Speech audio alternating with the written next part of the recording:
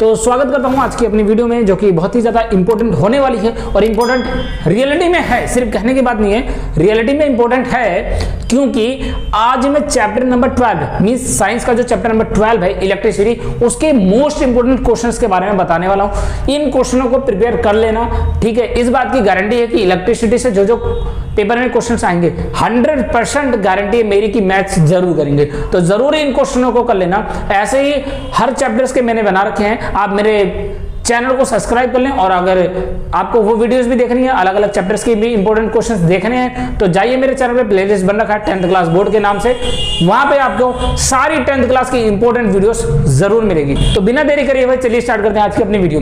तो सबसे पहला जो क्वेश्चन है हमारा, सबसे पहला क्वेश्चन है what happen to resistance of a conductor when temperature is increase. Means कि अगर कोई भी रेजिस्टेंस है, ठीक है, किसी भी कंडक्टर का रेजिस्टेंस है, अगर हमने उस कंडक्टर पे जो टेम्परेचर है वो बढ़ा दिया, ठीक है, तो उसका रेजिस्टेंस पे क्या प्रभाव पड़ेगा। पहला क्वेश्चन ये था, ठीक है। आते हैं दूसरे क्वेश्चन पे। जो दूसरा क्वेश्चन है, ठीक है, वो है state the relationship between the resistance R of a conductor, resistivity rho of a conductor, length L of a conductor and area of cross section, ठीक है, A is of the conductor. Means कोई conductor है, आपको उसका relation बताना है, किस चीजों में रिलेशन, रेजिस्टेंस में, ठीक है, रेजिस्टिविटी में, ठीक है, क्रॉस सेक्शन एरिया में, लेंथ में। तो आपने ये चीज पढ़ा था। और एक और चीज बता दूं, ये 2015 में जरूर क्वेश्चन आया था, ठीक है, सीबीएसई के बोर्ड में आया था। और जो 2015 वाले क्वेश्चन पेपर में आया था, तो वो इस तरीके से लिख के नहीं आया था, वो लिख के आया था राइट एन एक्सप्रेशन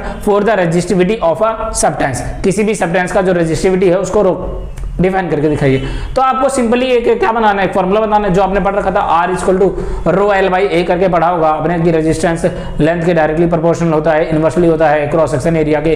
तो आप जैसे ही उसको डायरेक्टली प्रोपोर्शनल हटाते हैं तो रो आ जाता है, रेजिस्टिविटी कांस्टेंट आ जाता है। तो वही रेजिस्टिविटी आपको निकालनी है, ठीक है। बस ये एक सिंपल क्वेश्चन था, ठीक है। अगले क्वेश्चन पे आते हैं, क्वेश्चन नंबर 3 पे, ठीक है। उसके बाद एक बहुत ही आसान क्वेश्चन है, ठीक है। इसको क्वेश्चन को ना गिनते हुए, लेकिन बस इतना बता दो कि बहुत बार पूछा गया है, ठीक है। 2004 में भी पूछा गया है, 2014 में पूछा गया, 2015 में भी पूछा गया है। ये क्वेश्चन पूछा गया है कि state SI unit of resistivity, ठीक है। तो रेजिस्टिविटी की जो एसआई यूनिट है वो बतानी है। तो आप जानते हो कि रेजिस्टिविटी की एसआई यूनिट ओम मीटर होती है। तो ये है आपका एक क्वेश्चन, ठीक है। क्वेश्चन नंबर 3 हो गया। क्वेश्चन नंबर 4 पे आते हैं अपना। क्वेश्चन नंबर जो 4 है वो है the resistance of a conductor is 1 ओम। किसी भी रेजिस्टेंस, जो भी किसी भी कंडक्टर का जो रेजिस्टेंस है वो 1 ओम दे रखा है, ठीक है।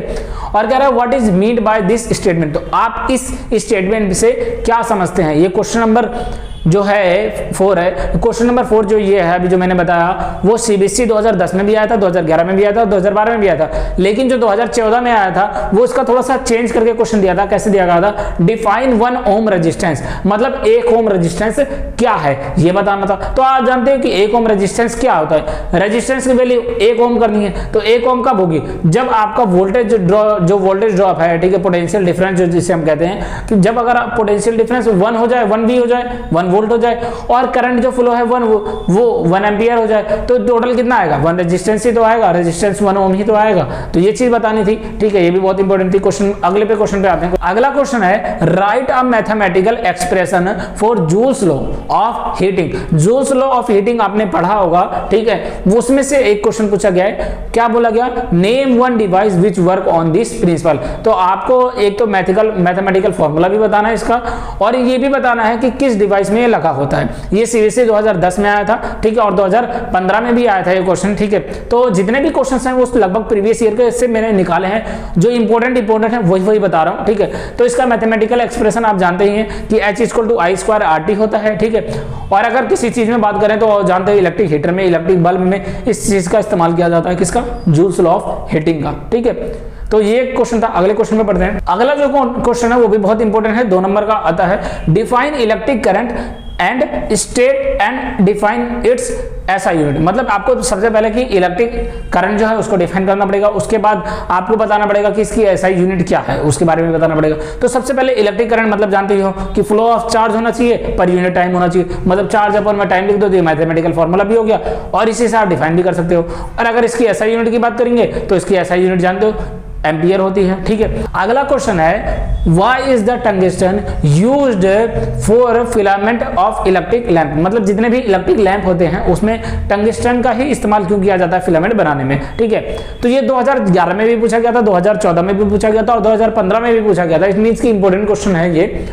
और इस क्वेश्चन को पलट के वो एक और तरीके से क्या दे सकता है, why is tungsten used for filament in electric bulb, तो इलेक्ट्रिक बल्ब भी दे सकता है, इलेक्ट्रिक लैंप भी दे सकता है, कुछ भी दे सकता है। तो सिंपली आप क्या आंसर लिखोगे कि आप जानते हो कि टंगस्टन जो भी होती है, ठीक है, पहली बात तो टंगस्टन की जो मेल्टिंग पॉइंट होती है वो बहुत ज्यादा होती है, करीब 3380 डिग्री सेल्सियस के करीब होता है, मींस 3380 डिग्री सेल्सियस के करीब होता है। और इसकी वजह से क्या होता है, ये ऑक्सीडाइज भी नहीं होता या बर्न भी नहीं होता, कहां, अगर ज्यादा टेम्परेचर भी होगा तो अगर देखो बल्ब जला रहे हो आप तो टेम्परेचर से बढ़ेगा ही बढ़ेगा। ठीक है, तो उस पे ऐसे एलिमेंट का ही तो इस्तेमाल करोगे जो कि जल्दी बर्न ना हो, जल्दी खराब ना हो, जल्दी फूके ना, इसीलिए टंगस्टन का इस्तेमाल किया जाता है।